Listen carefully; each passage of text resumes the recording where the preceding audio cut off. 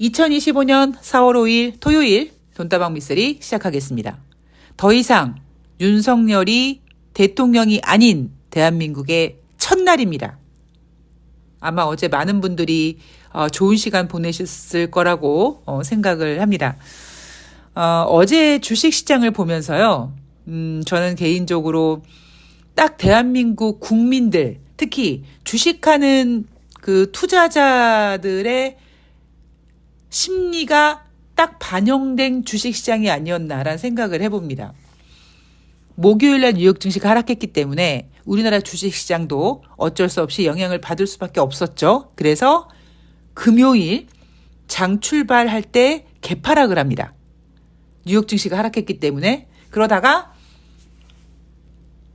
11시가 되고 문영배 재판관이 조근조근 읽어나가는 그 판결문을 들으면서 요거는 그냥 빼박 탄핵이 인용되겠구나라는 기대감이 스멀스멀 생기기 시작하면서 그 낙폭을 모두 축소시켰고요.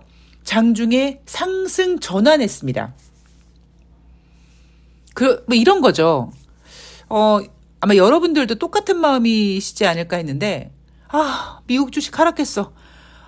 어떻게 대한민국 주식 막 너무 불안해. 막 이렇게 공포감을 느껴서 막 하락하다가 윤석열 파면된다라는 소식이 딱 들려오니까 내 주식이 마이너스고 뭐건 상관없이 그냥 일단 너무 좋은 거죠. 그죠? 막 너무 좋아서 상승 전환했다가 이제 시간 지나간다면 다시 이제 현타가 오는 겁니다. 그러한 대한민국 주식 투자자들의 심리가 고스란히 반영된 그런 하루가 아니었나 싶습니다. 어제 많은 분들이 우셨다고 하는데 아마 저는 이재명 대표님 당선되는 날 울 것 같아요. 어제는 눈물이 나지 않더라고요. 요즘에 또 뉴욕 증시에서 핫 이슈가 트럼프 아니겠습니까?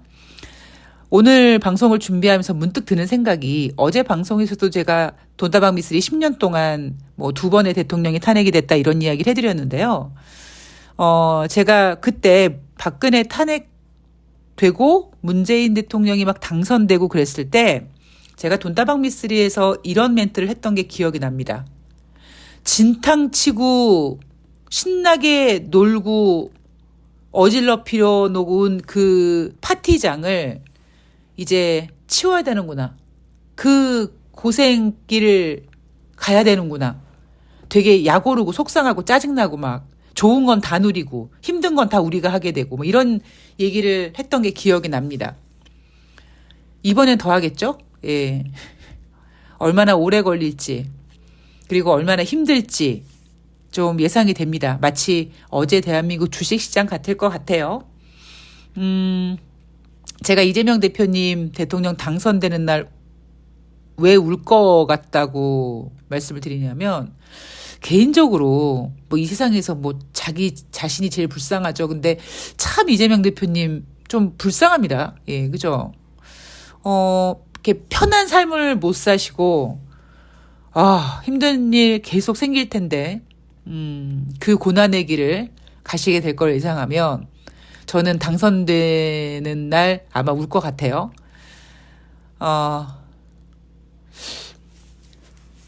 제가 어제 울지 않았던 이유 중에 하나가, 저는 물론 이제 주식하는 사람이기도 하니까, 야, 주식하는 사람은 뭐 눈물도 없냐 그런 게 아니라, 어제 주식시장 꼬라지를 보십시오. 그죠? 그리고 저 같은 경우에는,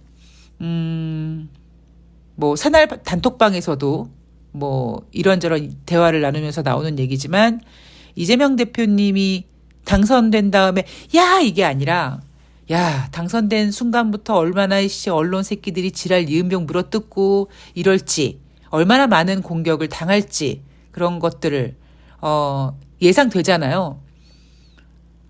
그러니까 당선된 다음에, 대통령이 되신 다음에 계속 싸워야 되고 지켜야 되고 그리고 유지해야 되고 그 길이 쉽지 않을 거고, 그러다 보니까 더 마음을 단디해야 되겠다, 뭐 이런 생각을 했습니다. 그리고 순간적으로 오늘 아침에 눈 떠서요, 윤석열이 대통령이 아닌 대한민국의 첫날이 되니까 김건희 줄리에 대해서 그러니까 저는 복귀하는 걸 되게 좋아하거든요. 어떤 분께서 저한테 너무 복귀를 자주 많이 해서 그게 저의 단점이라고 말씀을 해주셨는데, 저는 윤석열 파면 이후에 물론 새로운 대한민국도 만들어야 되고 윤석열 정권에서 그 쓰레기 같은 것들 다 처리하고 벌 주고 이래야 되는 시간도 필요하지만 처음부터 다시 돌아가서 저는 김건희가 줄리인데 그 얘기를 하지 못하고 줄리라고 했다가 막 고소당하고 막 이러지 않았습니까? 김건희가 그동안 누렸던 그 권력으로 숨겼던 모든 것들을 저는 드러내야 된다고 생각을 합니다. 그래서 그 첫 스타트가 일단 줄리 아닌가라는 생각을 해봅니다. 예, 그 자리가 어울리지 않는 것들이 그 자리에 앉아서 너무나 많은 것들을 누렸고요. 너무나 많은 곳에 악영향을 끼쳤습니다. 그래서 분노가 사그러들지가 않아요. 자, 그 분노는 잠시 뒤로 하고 저는 오늘 4월 4일 금요일 뉴욕 증시 점검해 보도록 하겠습니다. 아마 많은 분들이 걱정 많이 하실 거고 깜짝 놀라셨을 겁니다. 물론 돈다방 미쓰리 들으시는 분들은 미쓰리가 저럴 거라고 얘기했어 라고 생각하셨을 거예요.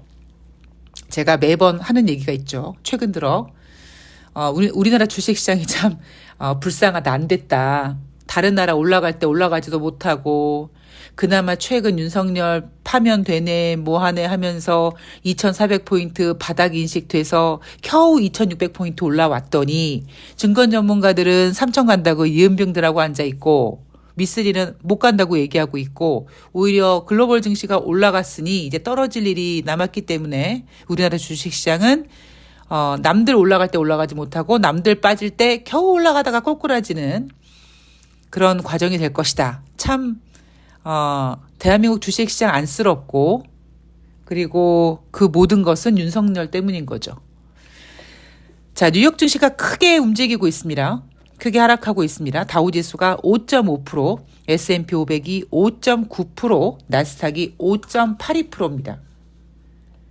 중국 정부의 맞대응 보복 관세로 뉴욕 증시가 크게 하락했다. 중국이 미국산 수입품에 대해서 34% 관세를 부과하기로 했죠. 자, 지수들을 좀 정리해 보면은요.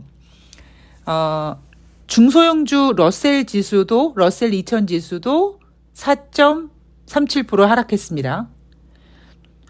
4월 첫 번째 주 주간 움직임을 보면 다우 지수가 한 주 동안 7.9%, S&P 500은 9.1%, 나스닥은 무려 5거래일 동안 10%가 빠졌습니다.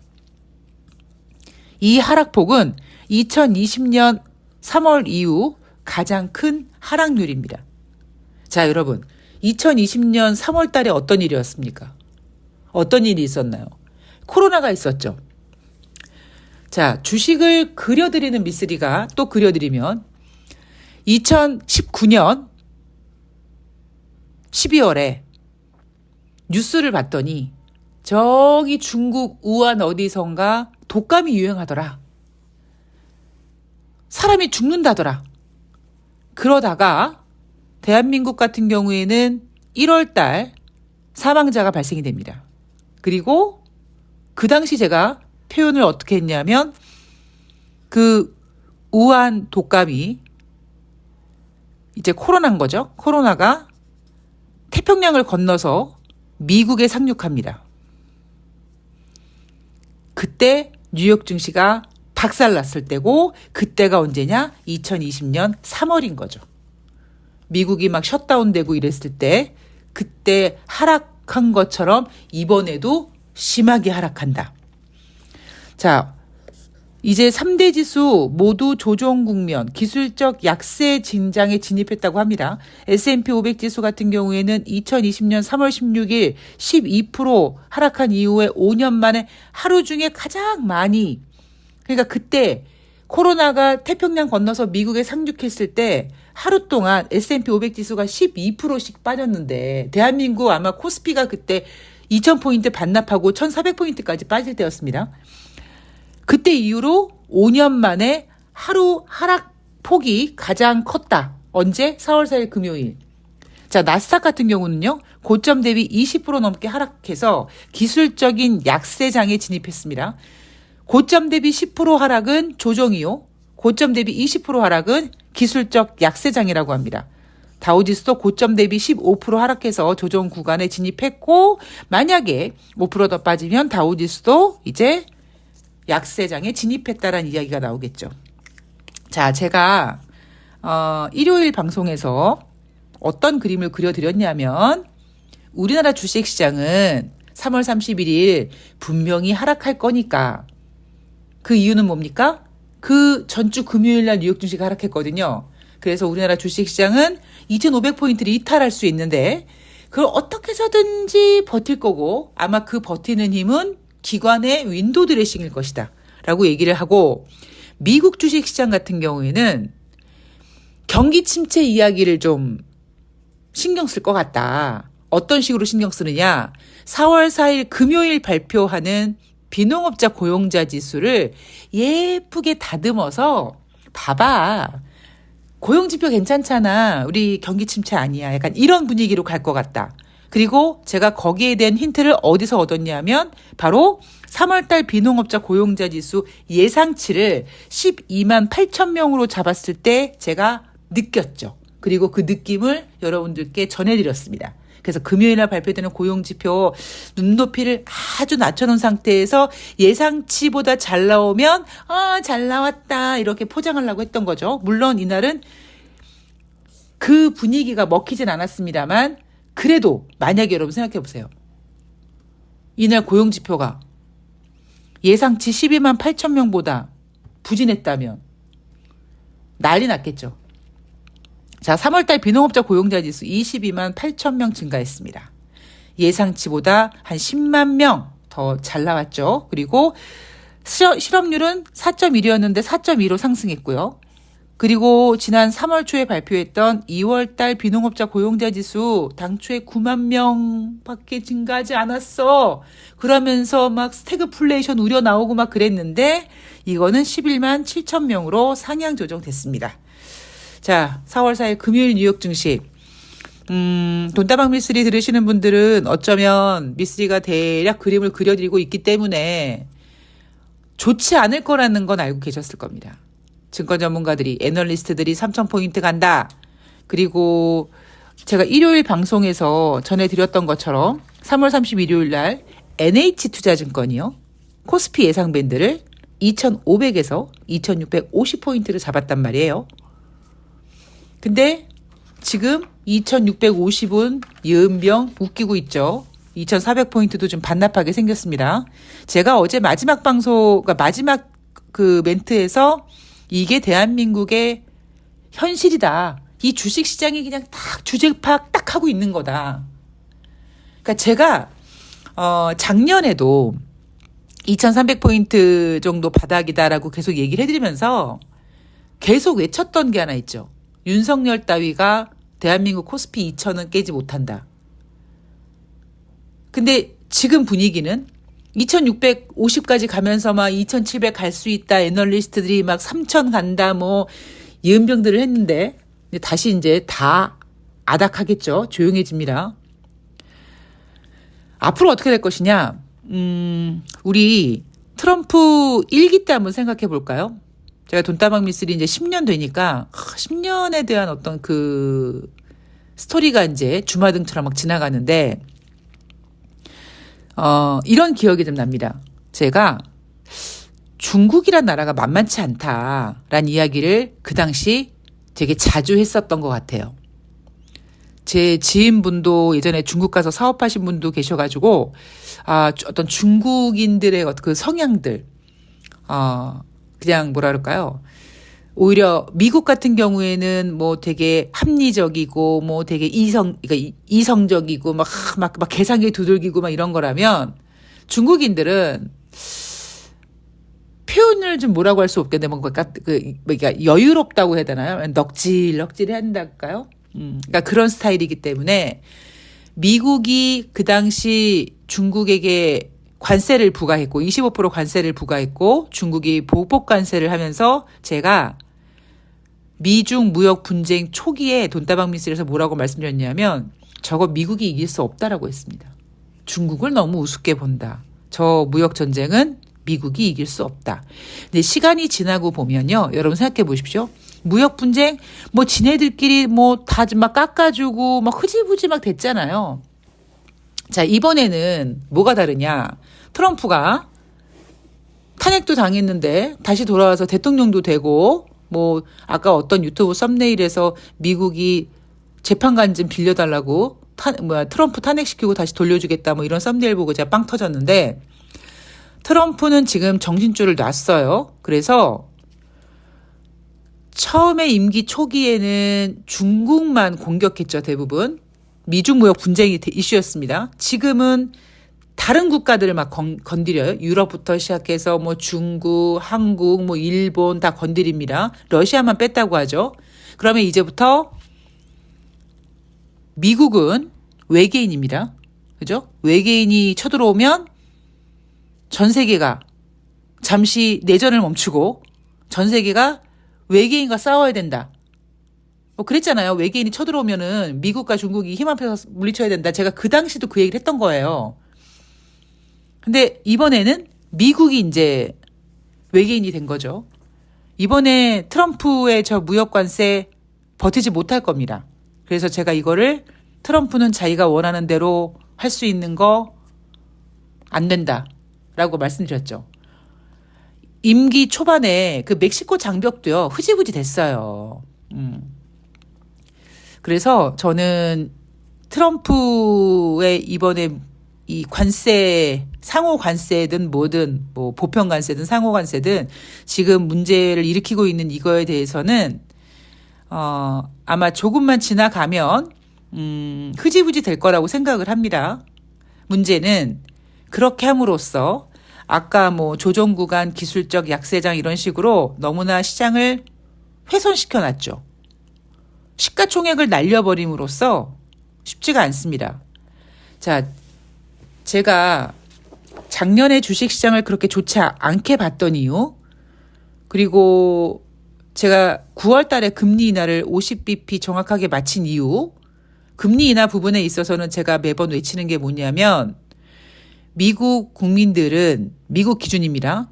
21세기 들어와서 가장 높은 수준의 금리가 유지되고 있다 보니 이자 부담이 너무 크다. 그래서 힘들어한다. 그래서 경기가 둔화되고 있다라는 얘기를 했습니다. 그리고 21세기 들어서 가장 높은 금리가 뭐 그렇게 뭐 두 자릿수도 아니고 하지만 문제는 뭐냐. 이미 우리는 금융위기와 코로나 때 제로금리라는 거를 겪어봤기 때문에 지금의 금리가 한없이 높게 느껴지는 거고요. 제롬 파월 연준 의장이 금리 정책을 제대로 하지 못함으로써 인플레이션을 인정하지 않고 일시적이라고 개소리했다가 나중에 발등 떨어져서 75bp씩 급격하게 올리는 바람에 우리가 아니죠. 미국 국민들이 전 세계의 분위기가 그 빠른 금리 인상을 익숙해지지 못하게 돼버린 겁니다. 그래서 지금 경제 지표도 예전 같았으면은 한쪽 방향으로 이렇게 움직이는데 어떤 녀석은 잘 나오고 어떤 녀석은 못 나오고 엉망진창 이렇게 상황이 된 겁니다. 자, 뉴욕 증시 트럼프가 지금 임기 초기인데 뭐 주식시장 하락해도 뭐 어쩔 수 없다라고 얘기하면서 연준을 압박하고 있습니다만 과연 여러분 지금 상태에서 금리를 인하한다고 주식시장에 도움이 되겠습니까? 안 돼요. 예.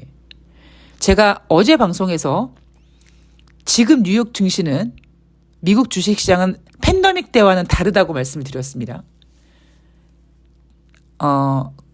미국 주식시장도 쉽지 않아요. 그러니까 지금 미국 주식시장에서 호재가 될 수 있는 건 뭘까요? 일단 뭐 관세 부과 뭐 다시 하겠다라고 하지만 완전히 트럼프가 손들기 전까지는 계속 불확실성으로 남아있을 거예요. 제가 며칠 전 방송에서 트럼프의 상호 관세가 불확실성 해소는 아니다라는 얘기, 그 썸네일을 달아드렸잖아요. 계속 남아있을 거고 지금 제가 가장 걱정하는 부분은 뭐냐면 뉴욕 증시에서 금리 인하가 효과를 내지 못합니다. 지금 갑자기 연준이요. 제로금리로 가겠습니까? 연준은 언제 제로금리 갑니까? 금융위기 때 아니면 코로나 때 이럴 때나 제로금리 가는 거지. 지금 뭐 경기 침체된다 뭐 이런다고 트럼프가 관세 부과한다 이런다고 제로금리 가겠습니까? 그렇게 안 간다고요. 그럼 금리를 지금 상태에서 연준이 뭐 경기 둔화 침체 우려하면서 인하한다고 해도 주식시장은 눈 하나 깜빡하지 않을 겁니다. 그러면 지금 같은 상황이 왜 일어나느냐? 오늘의 결론. 작년에 너무 이상하게 올라간 거예요, 그냥. 작년에 올라간 이유가 뭐라고요? 금리 인하 기대감. 그리고 AI, 엔비디아 성장 기대감. 그리고 그 기대감으로 다 상승해서 더 이상 상승할 여력이 없는 뉴욕 증시는 뭐였다고요? 대선으로 넘어간 거고 그때 우리나라 주식시장과 분리가 됐죠. 제가 그때 썸네일을 뉴욕 증시와 대한민국 주식시장이 따로 국밥으로 된다고 했습니다. 정확히 보고 있습니다. 예. 자, 뉴욕 증시가 지금 힘들어하는 거는요. 경기 침체 때문에 상호관세 때문이 아니에요. 작년에 너무 쓸데없이 올라서 그런 겁니다. 그러니까 제가 화나는 건 이거죠. 예은비용 쓸데없이 올라도 일단 오르고 보면 좋은 건데 대한민국 주식시장은 그냥 호재가 2,400포인트가 바닥이네. 그거 하나밖에 없는 상태에서 조금 올라갔다가 미국 증시 아작나니까 이제 같이 아작나고 있지 않습니까? 외국인들 무섭게 팔고 있고요. 되게 재밌는 게 제가 지난주인가 지지난주 23일인 거 3월 23일 방송인 것 같은데 예, 공매도 재개가 우리나라 주식시장이 호재다라고 얘기하는 그 증권사 애널리스트들, 그 똥멍청이들, 그 진짜 탁상 공론하는 애들의 말에 제가 까마귀 날자 배 떨어지면 어떻게 할까요? 공매도가 재개됐는데 경기 침체 우려돼서 주식시장 하락하면 어떻게 될까요? 그게 과연 호재일까요? 라는 얘기를 했는데 정확하게 맞아 들어가고 있습니다. 자, 여러분 너무 불안해하지 마시고요. 그냥 윤석열이 탄핵된 것처럼 뉴욕 증시의 이런 움직임은 예상되어 있었습니다. 예. 제가 매번 그러죠. 여러분들이 멘탈 꽉 잡으시고 이렇게 뻔히 결과를 알고 있는 상황에서 여러분들 소중한 자산을 막 공포에 휩싸여서 손해보시고 막 손절하실 필요가 없습니다. 지금 여러분들이 몸담고 있는, 여러분들이 플레이어로 뛰고 있는 주식시장이 정확히 질이 어떤지를 알아야 된다라고 말씀을 드렸고요. 그 질에 대해서 제가 계속 관리를 해드리고 있습니다. 관리라는 게 이제 여러분 지금 주식시장이 질이 저질이에요. 흥분하지 마세요. 애널리스트들이 삼천 간다고 헛소리해도 속지 마세요라고 하는 게 이게 지금 제가 질을 알려드리는 거죠. 주식시장의 지금 질이 어떤지. 그렇기 때문에 오르고 내리는 거에 집착하지 마시고요. 일단 여러분들 지금 중요한 거는 왜 주식시장이 이렇게 하락할까에 대한 정확한 기준을 세우시고 마음의 준비를 하시고 기다리시면 됩니다. 제가 그랬죠? 저는 이 주식 포인트 때가 미쓰리가 가장 좋아하는 포인트 때고 그래서 저는 올해 돈을 벌 거고 제가 분명히 이런 얘기 해드렸습니다. 미쓰리가 예상한 대로 가고 있어요. 자, 돈다방 미쓰리 계속 사랑해 주시고요. 구독해 주시고요. 자, 저는 내일 방송에서 또 4월의 두 번째 주 어떤 그림을 그릴지 잘 준비해서 여러분들의 신경 안정제 역할을 해드릴 수 있도록 최선을 다하도록 하겠습니다. 자, 저는 내일 방송에서 뵙도록 하겠습니다. 고맙습니다.